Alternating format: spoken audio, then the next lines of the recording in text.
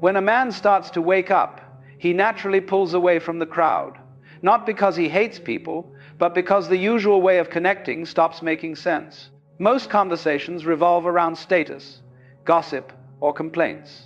And once he begins to see through that, it gets harder to engage. He's not bitter. He's not isolating himself out of pride. He's just stopped chasing what others are still chasing. He starts to notice the performance in everyday interaction, the need to be liked, to belong, to say the right thing. And without making a big deal about it, he quietly steps back.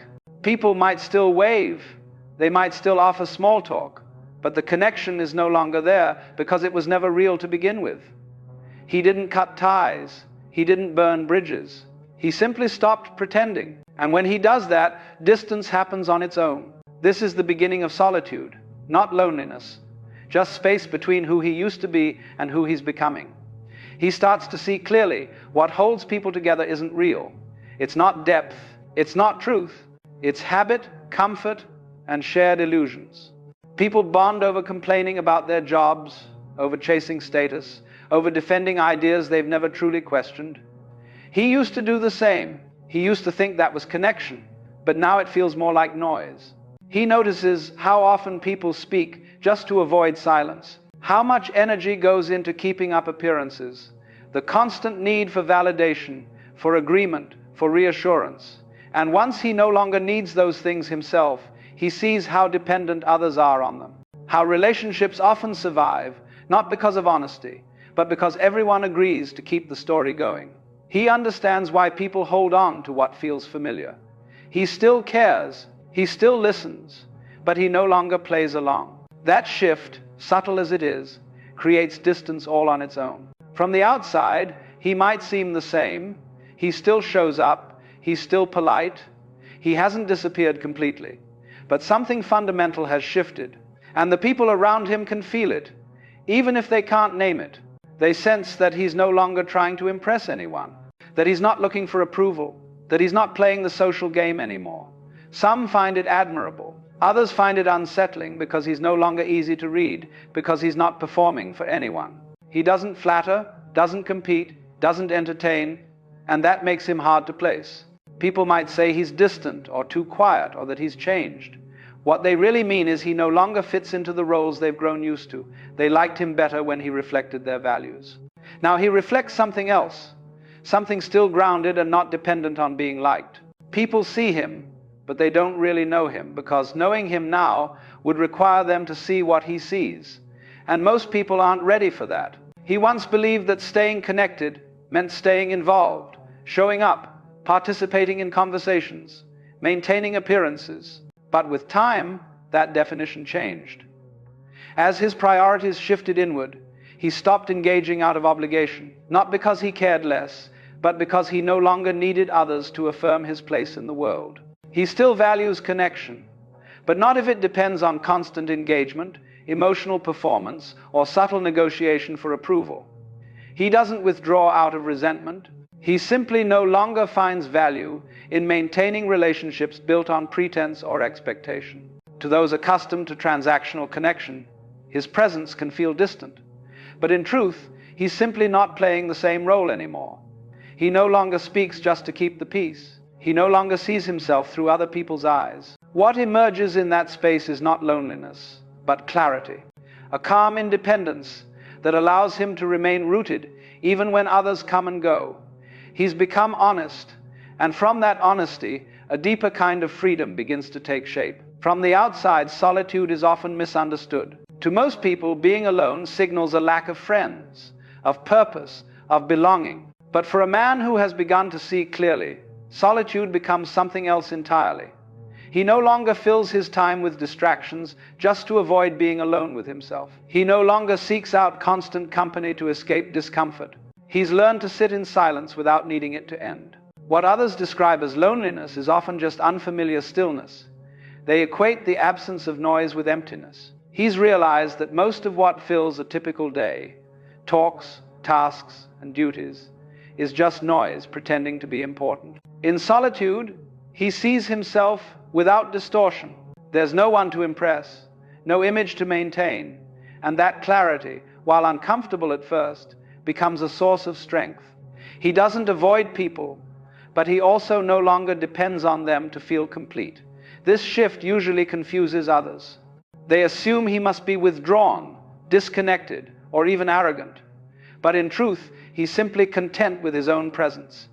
He has faced the silence. Most people run from and discovered it wasn't silence at all. It was peace. As he grows more inwardly stable, he becomes less predictable to others. Not by intent, but by the simple fact that he no longer participates in the subtle exchanges that define most social interaction. He does not mirror emotions to gain approval. He does not offer reassurance when it would mean denying what he sees. To those still dependent on external validation, this creates discomfort. They may interpret his neutrality as arrogance, his silence as judgment, his detachment as disinterest. In reality, he is none of those things. He's simply no longer invested in managing perception. Much of what people call connection is actually a performance, a mutual agreement to keep certain illusions intact. Once he steps outside that arrangement, he disrupts it just by being present. He doesn't argue or provoke or attempt to convert anyone to his view. But the absence of familiar signals, approval, flattery, emotional reinforcement makes others uneasy. Many of his previous friendships begin to fade, not because of conflict, but because the foundation they stood on no longer holds. He begins to notice how often relationships are maintained through shared complaints, routine habits, or the mutual reinforcement of personal narratives. Once he no longer participates in those patterns, the connection weakens on its own. He no longer feels compelled to offer agreement for the sake of belonging. He no longer entertains conversations that avoid substance, and he has no interest in maintaining ties that require him to shrink himself. This shift is not a rejection of others. It's the result of a change in what he's willing to invest his energy in. True friendship becomes something quieter, simpler, and far more rare. It is no longer based on shared illusions, but on mutual recognition. Two people who don't need each other, yet choose to walk alongside one another without expectation. These kinds of connections cannot be manufactured. They emerge naturally, if at all, and only when both individuals have stopped seeking to be completed by the other. Most social interaction relies on unspoken rules. You validate my perspective, I'll validate yours. We won't go too deep, we won't challenge each other's assumptions. We'll pretend we agree even if we don't. He used to play by those rules because everyone did. But once he starts operating outside of them, the dynamic begins to break down. He no longer gives comfort just to ease tension.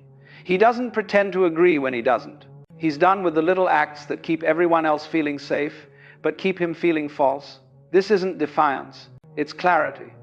And that clarity is disruptive because it exposes how much of everyday life is based on mutual avoidance of truth. People notice even if they don't understand what's changed, they feel the shift. They sense that something familiar has gone missing. The constant exchange of comfort, validation, and distraction. And without him feeding the system weakens. Talks start to feel awkward. People stop reaching out as much. What used to feel warm and familiar now feels tense and uneasy. Not because he did something wrong, but because he stopped playing along. He hasn't rejected anyone. He simply stopped reinforcing a structure he no longer believes in. As his understanding deepens, something unexpected happens. He begins to need less, not just materially, but emotionally, socially, even intellectually. He no longer seeks recognition. He no longer relies on others to confirm what he already knows internally. And as that need dissolves, so do many of the relationships that once required it. This is the paradox. The clearer he becomes, the quieter his life becomes. Not because he's closed off, but because so much of what once filled his time was rooted in a search for external affirmation. Without that search, most social activity feels optional, if not unnecessary. He stops trying to be understood. He stops needing to explain. He no longer measures his presence by how much space he takes up in other people's lives. From the outside, this might look like withdrawal, but inside it's the opposite, a settling into something solid and real. He still values connection, but only when it emerges naturally, without demand or performance. He hasn't become cold, he is simply no longer dependent. And in that detachment, There's a kind of depth that can't be found through attachment. Once he wakes up, he can't unsee what he sees. He looks inward and the noise quiets. He looks outward and the world is still asleep. He sees the false certainty in people's eyes, the roles they perform, the beliefs they never question, the constant movement that masks an inner stillness they haven't touched. He no longer envies what others call connection because he understands the cost. It often demands agreement, performance, conformity, and he won't trade truth for the comfort of fitting in.